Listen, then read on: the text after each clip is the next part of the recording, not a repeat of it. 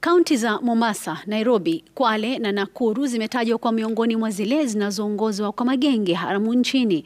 Utafiti wa punde zaidi wa shirika la utafiti wa uhalifu nchini ukiorodhesha zaidi ya makundi 300 yanayohangaisha maeneo kadhaa nchini.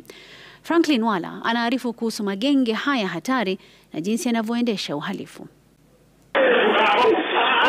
Kaunti kadhaa nchini zimegeuka na kuwa ngome kwa makundi ya uhalifu.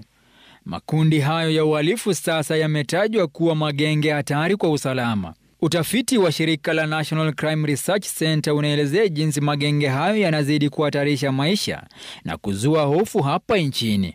Kuna makundi 309 ya magenge hatari yanayojulikana nchini. Miongoni mwa makundi hayo ni Gaza, 42 Brothers, Wakali Wao, Panga Boys, Squad Chafu na Mungiki. Magenge haya yanapatikana kaunti za Mombasa, Kwale, Kilifi, Nairobi, Garissa, Busia, Bungoma, Machakos, Nakuru, Kisumu na Kiambu.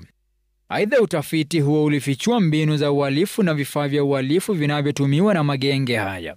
Vifaa kama panga, visu, bunduki, vifaa butu hutumika. Magenge haya yanahusishwa na ulanguzi wa mihadarati, wizi wa kimabavu, wizi wa kuvunja vyumba, ujambazi na hata mauaji. Tunaishi na wasiwasi mkubwa sana. Hatujui tutembee na vipochi, hatujui tutembee na simu, hatuna raha. Hawa watoto ni hali ya kutumwa, hatujui, ama ni hali ya kujituma, hatujui wajituma. Na kitu kinacholeta athari zaidi ni mtandao.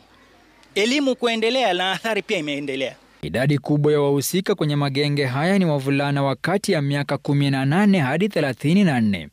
Magenge haya yakitajwa kutumia mbinu tofauti kuongezea ushawishi wao. Wananchi walilaumiwa pakubwa kwa kukosa kupiga ripoti kuhusu visa hivi, na hilo linachangia kukua kwa magenge yenyewe.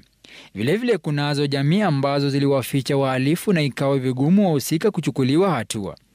Vilevile watafiti waligundua hali ngumu ya uchumi ni chanzo cha kuchipuka kwa magenge ya aina hii.